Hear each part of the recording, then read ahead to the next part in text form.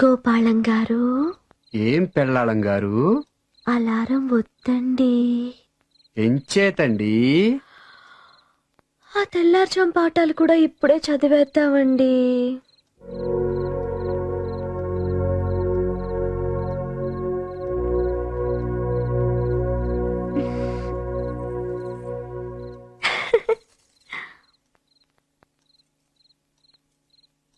నిద్ర చాలడం లేదండి.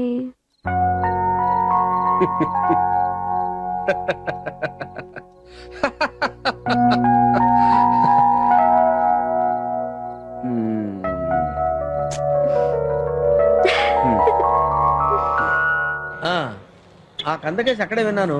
ఇంకా 100 కేసులు ఉన్నాయన్నావు. శాంపిల్ ఒకటి చెప్పు. శాంపిల్ అంటే ఏముందండి, ఈయన బామ్మర్ది కుకో, ఈయన బామ్మర్ది మందు కొట్టేసి అన్ని అబద్ధాలైన సినిమా 100 రోజులు ఆడతాను ఈయన ఆడదాని ఆయన తగద పడ్డారండి. అన్ని అబద్ధాలే.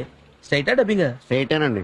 మనోడు జోరెక్కుపోయి బామ్మర్ది పుర మీద బాటిల్ బద్దలు కొట్టాడు, అడ్డా అమ్మన్నాడు. మనోడిని అరెస్ట్ చేయకుండా ఆపడానికి ఎంత, ఒకవేళ లోపల దోషెత్తే బెయిల్కి ఎంత. ఓహో, బెయిల్ రాకపోతే జైల్లో ఏసీ సెల్ సిక్ను ఇస్కీ లేడీస్ సప్లైకి ఎంత, ఆ సప్లై 5 స్టార్ రేంజ్ లో అయితే ఎంత, సింగిల్ స్టార్ రేంజ్ లో అదే నాటు సారా కక్క ముక్కలు. 5 స్టార్ హై క్లాస్ సప్లైకి రోజుకు 10,000 అవుద్ది. సింగిల్ స్టార్ నైట్కి 2,500 అవుద్ది. క్యాష్ అంతా క్యాష్. దాని మీద 5% నా కమిషన్. 200 కొట్టించు. ఇంకా ఏం జరగలేదు కదా. జరిగితే చాలా అవుద్ది. ఇది రేట్లు చెప్పినందుకు ఫీజు. ఓహో, 400. ఇదిగో గురుగారు మీరు 200. అదేంటది? అది 200. ఓహో, ఇంకా ఇంకా అంటే మా ఊళ్ళో సవత్తల్లు ఉందండి, చాలా ఆనందంగా ఉంటది. కానీ వీడు ఆవిడకు సవత కొడుకున్నాడండి. ఆవిడ మాట కాదని కులం తాడా పిల్లని పెళ్లి చేసుకున్నాడు. Temple manager రిజిస్టరా? దండాల మార్పిడి. ఆడుకో బిడ్డ పుట్టాడు. మగాడా? పుట్టేడ్డు అన్నా కదా, ఆస్తి అంతా ఆడి చేతిలో ఉండిపోయిందండి. అందుకే ఈవిడేమో ఆ బిడ్డను కిడ్నాప్ చేసి ఆస్తిలో సగం భాగం నాకు ఇవ్వకపోతే ఈయన మర్డర్ చేసేస్తానని బెదిరిస్తుందండి. మీరు ఏం చేస్తారో నాకు తెలదు. ఆ బిడ్డ నాడికి అప్పచెప్పాలి, ఈవిడ నాకు అప్పచెప్పాలి. Very simple. Section 316, 413, 1886, read with 116. Very easy అండి. ఆవిడ ఈజీగా బొక్కలు పెట్టించవచ్చు. ఖర్చు ఎక్కువ అవుద్ది. ఎంత అవుద్దండి? ఎంత అయితే ఎట్లా ఎవరో 10,000 ఇక 5,000 ఉంచండి. గురు కుదిరేసిందండి, ధైర్యం వచ్చేసింది. అందుకే అసలు కేసు చెప్పేస్తాను. మా ఊళ్ళో ఎలక్షన్లు అపోజిషన్ గెలవకూడదు, కానీ గెలిచి తీరతాడు. అందుకే నాటు బాంబులు ఇసిరేసి సమరసింహారెడ్డి చేశాను.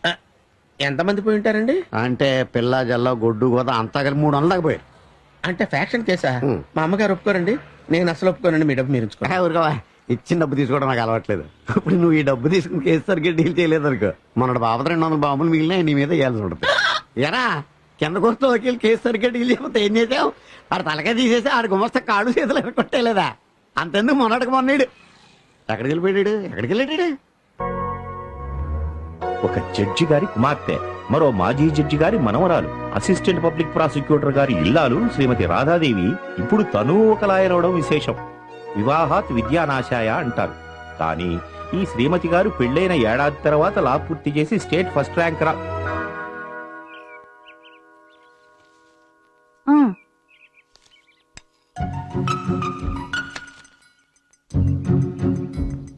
పందాల్సి అయిపోయిందా? ఏమండోయ్, నాకు తెలియక అడుగుతాను. పంచదార చాలకపోతే ఇప్పుడు వెళ్ళి తెచ్చేస్తారా? ఈలో కాఫీ చల్లారిపోదు? మీ తెలివి తెల్లారినట్టే ఉంది. కాఫీతో పాటు కప్పులో పంచదార తేవాలని బుద్ధి ఉండొద్దు. పేపర్ ఇక్కడే మర్చిపోయారు, తీసుకెళ్ళి ఆడవండి. అన్నట్టు ఈ పూట కూరేం చేయించమంటారు? వంకాయ, మటను, క్యాబేజ్ ఉన్నాయి. ఏదోటి ఆడవండి. ఎంతసేపు వంటలు వార్పులే గాని ఓ పేపర్ చూడటం, వార్తలు వినటం అబ్బెబ్బెబ్బెబ్బే. నాకెందుకండి వార్తలు? ఉద్యోగాల ఊళ్ళేలా? జడ్జి గారి పెళ్ళాం పేపర్ చూడదంటే మీకు కాదండి, నాకు సిగ్గుచేటు. పేపర్ తీసుకెళ్ళండి. ఎందుకండి అంత పట్టుదలగా పేపర్ చదవమంటున్నారు? ఇందులో కొత్త రకం పిండి వంటలు, పచ్చళ్ళ గురించి ఏమైనా రాశారా ఏమిటి?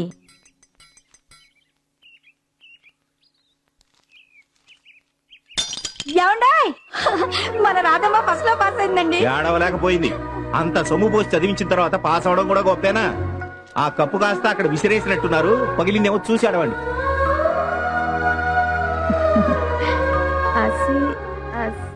అసిస్టెంట్ పబ్లిక్ ప్రాసిక్యూటర్ గారి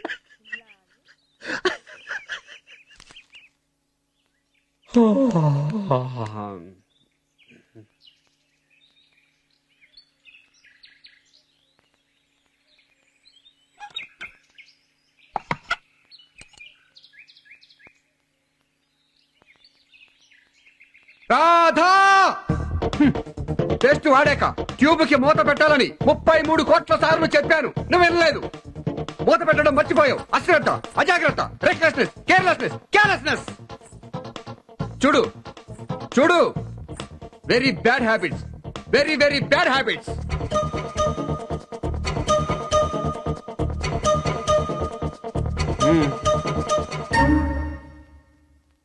ఇదంతా ఎందువలన? నువ్వు మూత పెట్టనందువలన. యాబ్రాసి తెలిసిందా?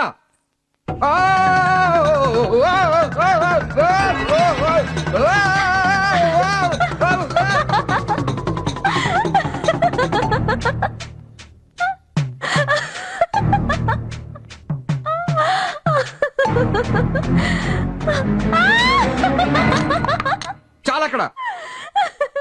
ఆ కాఫీ కప్పు ఇందాక నుంచి చూస్తున్నాను. కాఫీ తాగానే లోపల తీసుకెళ్లి కడిగి పెట్టలేవు. ఇందక్కడి నుంచి చూస్తుంటే మీరే తీయచ్చు కదండి.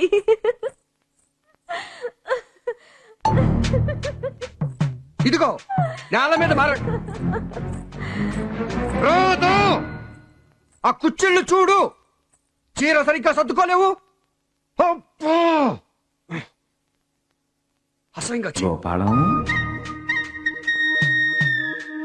నువ్వే కుర్చీళ్లు సర్దొచ్చు కదా, సరసంగా ఉంటుంది. కూరలు తరగచ్చు కదా, సాయంగా ఉంటుంది. బొట్టు కాటుగా దిద్దొచ్చు కదా, శృంగారంగా ఉంటుంది. సారీ. సారీ నాకు కాదు, ఆవిడికి చెప్పు, చేసి చూపించు.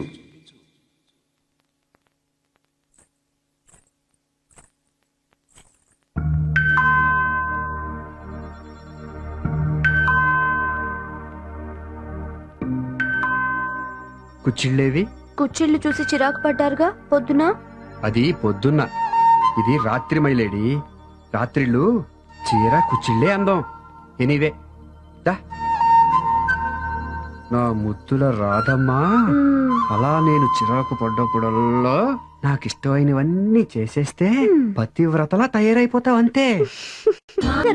ఇవాళ నా ఫస్ట్ కేసు, కోర్టుకి వెళ్తున్నాను. అలాగా, జయం శుభం. దేవుడికి దండం పెట్టుకున్నావా? ఇదేంటే నాకాదే తల్లి, దేవుడికి. నాకు దేవుడు మీరే. నా తల్లి, నా బంగారు తల్లి. అవును పిల్ల, ఈ డ్రెస్ ఏమిటే ఇలాగే వెళతావా? ఏ దీనికే? కోట్లు కచేరీలు మగాళ్ళ రాజ్యాలు కదా. నువ్వు చీర కట్టుకొని ఆడ డ్రెస్సులో వెళ్ళి గెలిస్తేనే గొప్ప. వెళ్ళి మార్చుకరా. చీర చీరే వేరు, చీరకున్న అందం చందం డాబు దర్పం దేనికున్నాయి మరి? మహాలక్ష్మిలా చీర గట్టి, పార్వతిలా బొట్టు పెట్టి, చదువుల సరస్వతిలా వెలిగిపోతూ ఇంగ్లీషులో టకాటకా మాట్లాడేసావంటే జడ్జి గారు డంగైపోతారు. కేసు సగం నెగ్గేసినట్టే.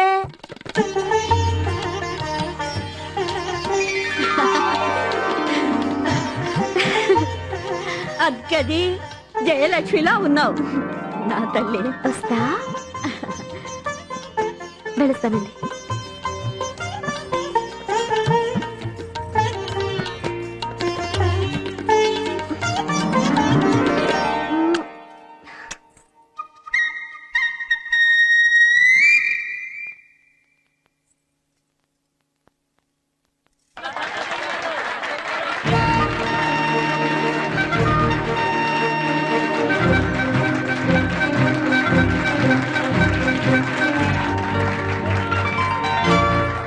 వెళ్ళేది పేరంటానికా కోర్టుకా?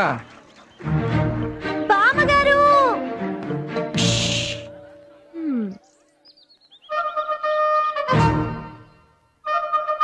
అదేమిటా అభినయం? నువ్వు దేవుడు కాళ్ళకి మొక్కావు, బామ్మ కాళ్ళకి మొక్కావు, మరి భర్తృదేవుడికి? వాట్? అదుగో మళ్ళీ. వద్దు వద్దు వద్దు, మొగుడి కాళ్ళకి మొక్కక్కర్లేదు. మొక్కితే అది నాకు ఇన్సల్ట్. ఎందుకంటే ఆలు మగలు సమానం కదా. కదా.